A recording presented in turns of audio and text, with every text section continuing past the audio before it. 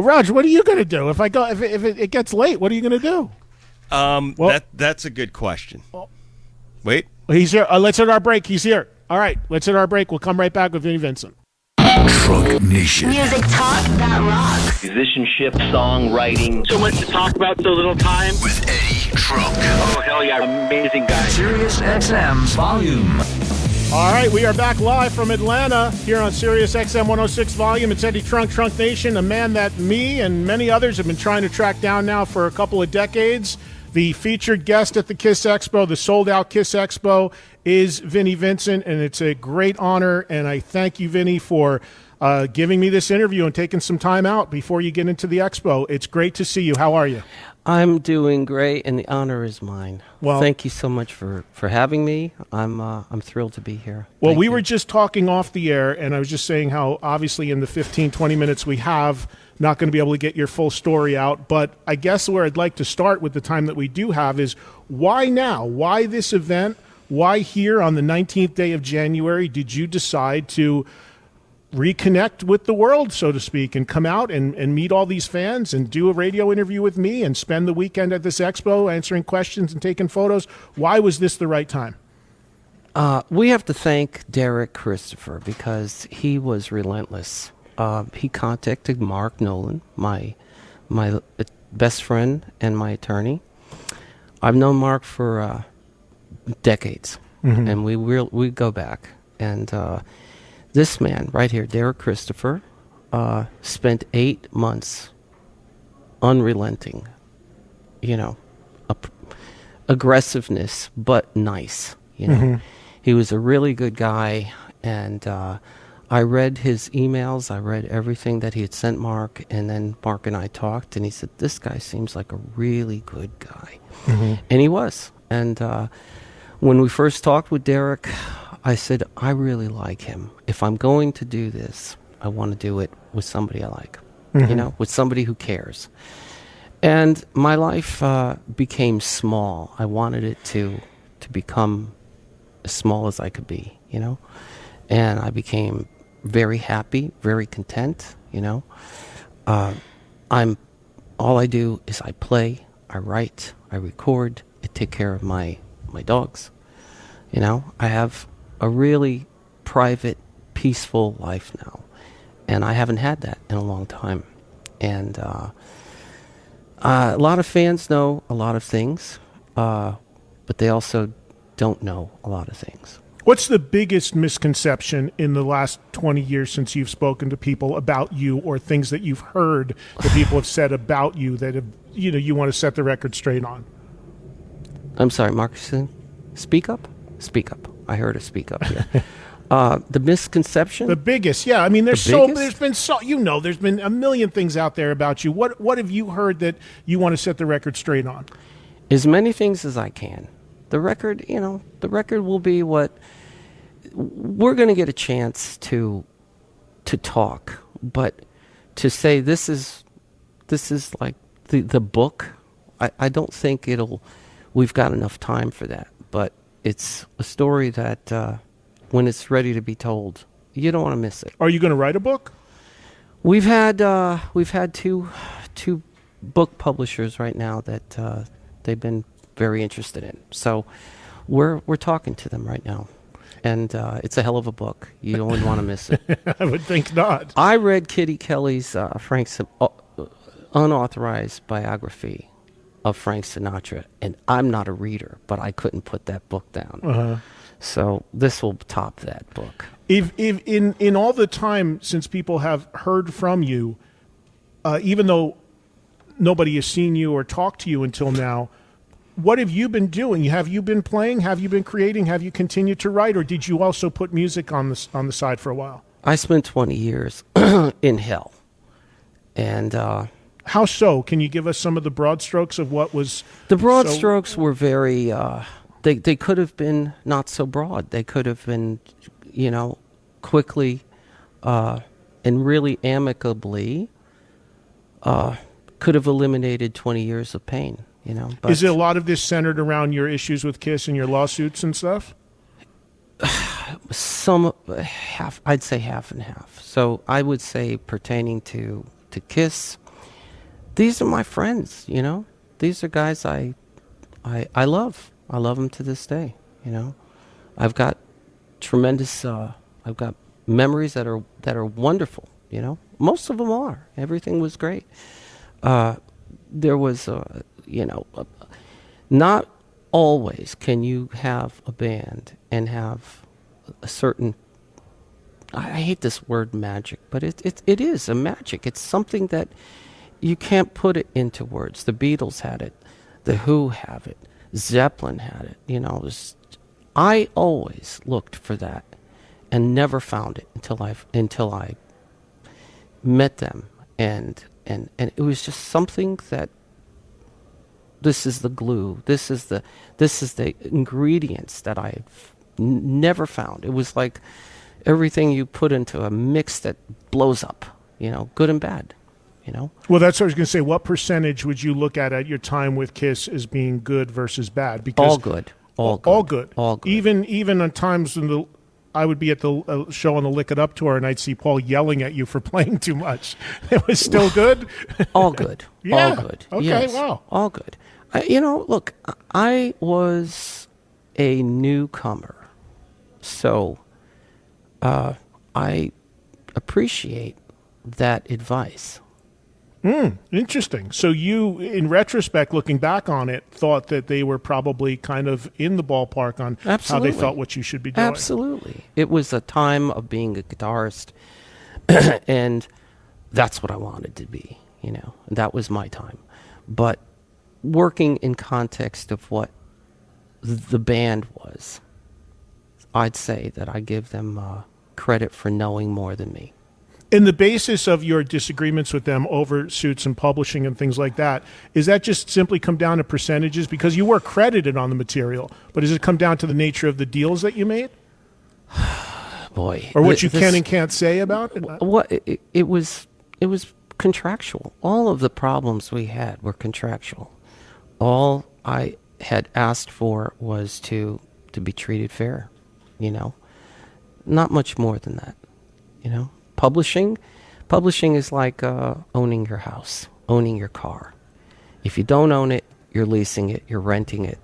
And then there's people that think that they want to, if they sit in your car, you're taking them for a drive. At some point, they'll turn around and say, well, I want your pink slip. Well, why?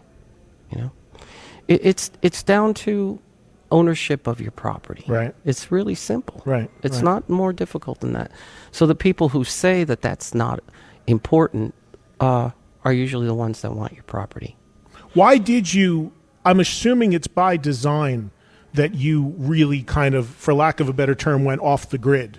You know, people couldn't, I mean, I'm sure people very close to you knew where you were and that you were okay and what you were doing, but it seemed very much by design. I mean, I know people that live in Tennessee and in the Nashville area that are musicians, and it's such a huge musician community, and I would say to them, do you know where Vinnie Vincent is? Nobody knew or saw anything from you. That's not easy to do in the world we're in today with everyone with a camera and social media. Talk about how you did that and why you did that. I'm not on social media. I have no accounts. There's people that pretend to have a Vinnie Vincent Twitter account, which is fake. So whoever you are out there that has that account, please delete it, because you're doing a disservice to fans pretending to be Vinnie Vincent. So well, your attorney Mark that's here, he can get on that too. Yeah, I mean, I've had those instances too. There's somebody that says I'm pretended to be me, saying that I endorsed Bernie Sanders. I have no social media, so I've never voiced any opinion. So that's a lie. It's strange that it's no offense, but it's strange that Bernie Sanders, of all people, right, going for the Vinnie Vincent vote. I mean, of all people, somebody sent me a picture of Michelle Obama with a sign, "Where is Vinnie Vincent?" Talk about some of the crazy things you've seen over the years while you've been, because over these 20 years or so, were you kind of in, I imagine you being sort of like in your bunker, for lack of a better term, or your home and isolated, but still kind of with the internet maybe saying, look at these crazy people out there, what they're saying. That's all I say to myself. And I'm staying in here. This is why I'm disconnecting. That's exactly why the design was written like, okay, out. I'm not going near that stuff. It scares me. These people, the stories are scary. I'm starting to think you're the guy that made all this sense here. All of us are crazy for living in this world. That's it. You guys are on the internet. I'm just like, give me Gomer Pyle again. Watch the honeymooners. Give me Ralph. Something I could relate to. So, but that's not an easy thing to do. So I mean, did you get to go out? I mean, there are people, myself included, that had called you for a while the Howard Hughes of rock. That's how I felt. I'm happy. That it was it's a happy design to say, have fun, guys. But were you writing? Were you playing at all? Were you still creating? I play about seven hours a day. Uh-huh. I take care of my dogs. Right. I write. I record. I do everything I've always done. I just don't. I'm not out in the public doing it. Now you coming out and doing this today at this KISS Expo, and over the weekend you're going to meet 1,000 fans. I met people. I was here last night. People come from Australia, all over the world to see you. I'm so honored. Is this going to be the first sort of step back into public life? Or are you going to use this as a springboard to maybe make music and get out and do things? I think if they want me back, I'll be back. I'm here. I mean, I've only left because the world has changed. People, the internet has changed. People gotten very mean. And Mark and I talked, and I said, I just don't feel that anymore. I don't feel. I just want to have people leave and saying, I had such a great time. I just had it was really nice. I had a great time, and this gives me a chance to finally leave the past behind, whatever was bad, and look forward to see, whatever is there. And I don't know. It was a strange of all things. It's probably one of the nicest thing that's happened is I heard from one of my old friends. Gene Simmons contacted you. Yes, and I think I know. It's a story I want to share with you because I love Gene. We've in the early days, he treated me so supportive, And remember where KISS was at in the days was, here comes this kid, I wanted to rule the world, and they have already ruled the world, and I came and wanted to be as much help to this band as I could, and bring whatever I could, to them.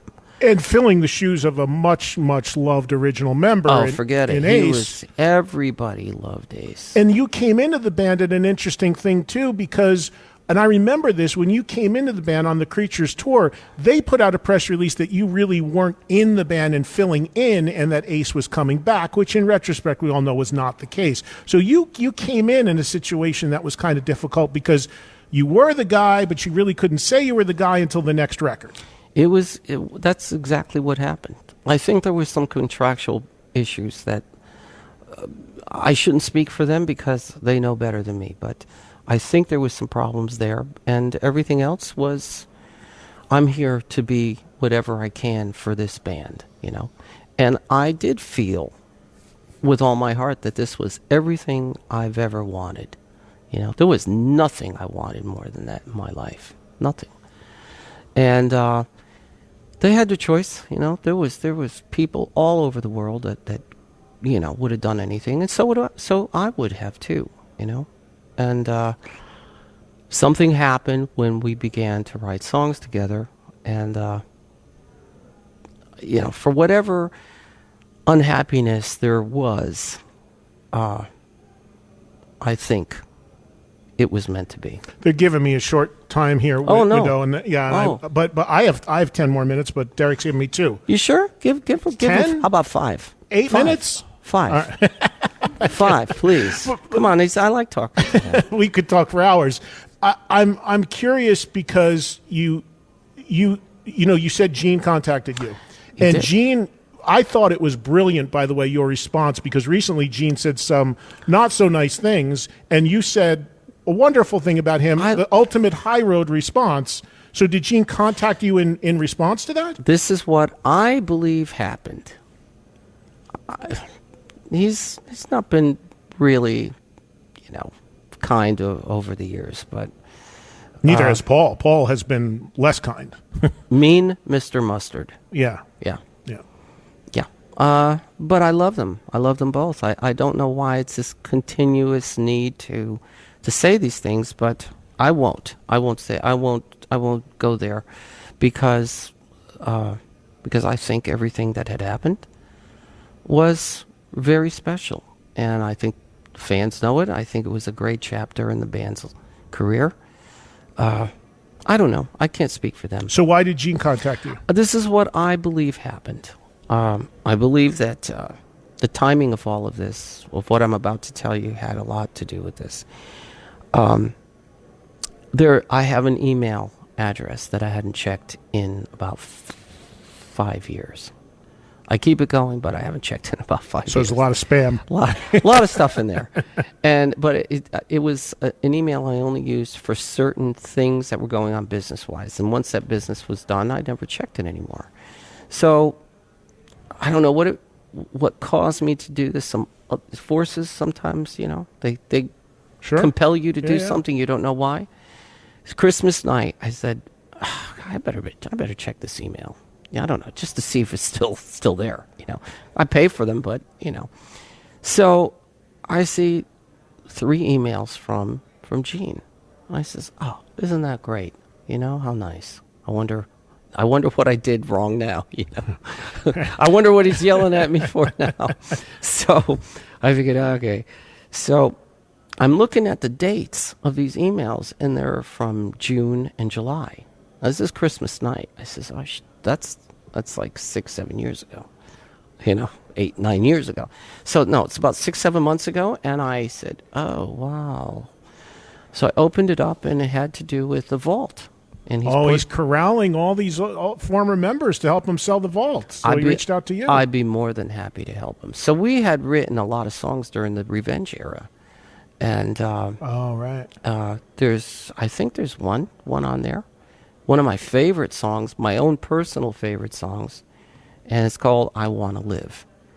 And it's on the vault? It's on the vault. So you go sue his ass for money. I'm just kidding. Nah, those Mark, go get him, Mark. Nah, believe me, it's busting, yeah. He was a real he was the Gene I love. Yeah. Anyway, so this was June. He sent me another one 2 weeks later. He gets no answer from me, And then he sends me another one in July, and there's no answer from Vinnie, basically about the same thing. And I said, I bet that's why he's mad at me, So I read all 3 emails, and I said, I says, "I love you, I miss you, come on back, come on home, So, and then we started emailing again. He says, I'd like to have, I want to live on the vault, and invited me to Nashville to receive it on stage and to see, meet each other again. And I think, I said to him, "Listen, you said some stuff about me." And I says, "Come on, we're past this." I said, I just want you to know, I still love you. I love you as I always will. We had a lot of good things, and I said, let's move on.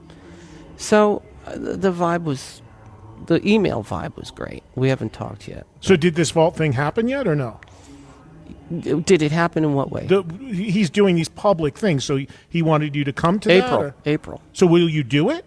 Absolutely. I will show up for him. Wow, Yes, okay. Yes. Derek's telling me I got to end. I just got to ask you one last thing. Vinnie Vincent Invasion, looking back on that period, and those guys, of course, Mark and Dana go on to do Slaughter and have their success there. tell me your recollections about that band. And if you were to do music again and do a band and play live again, would it be similar to that? Would you do something like an Invasion sort of concept? If I did, I've got an expansive musical background, and part of that background was that genre, that style. Vinnie Vincent Invasion, give me a specific question. And I think you did, but I think you mixed it. Well, two questions, really. I mean, looking back on that and making those records, do you feel strongly about them still? How do you feel that I feel very strongly about them. The second record should have never happened. Rob should have stayed with the project because the basic sound of that record was like Page and Plant. It was Rob and me, and the records. That first record was pretty red hot, It was my vision. Rob singing, everything was just right. Second band, second version of it should have been aborted. Should never have happened. I had the power. I should have taken it. Should have done what a little bit, I should have called the shots, which should have been stop this, revamp it, go back, let me get the people I need. The people that were involved in it at that time should not have been involved, but it was such a publicity machinery piece of, it was like something that a product, and it was all just publicity, and hype.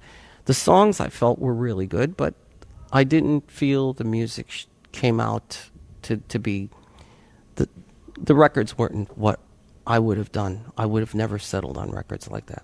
When I say records, the first one, yes, the second one, no. Okay. And that singer was unbearable as far as I'm concerned. But those are the things that I feel strongly about. Go ahead. And Derek's going to kill me, but the last thing, because I know you got to go, is just to tell the fans now, you're going to spend a weekend here. You're going to be asking questions all weekend.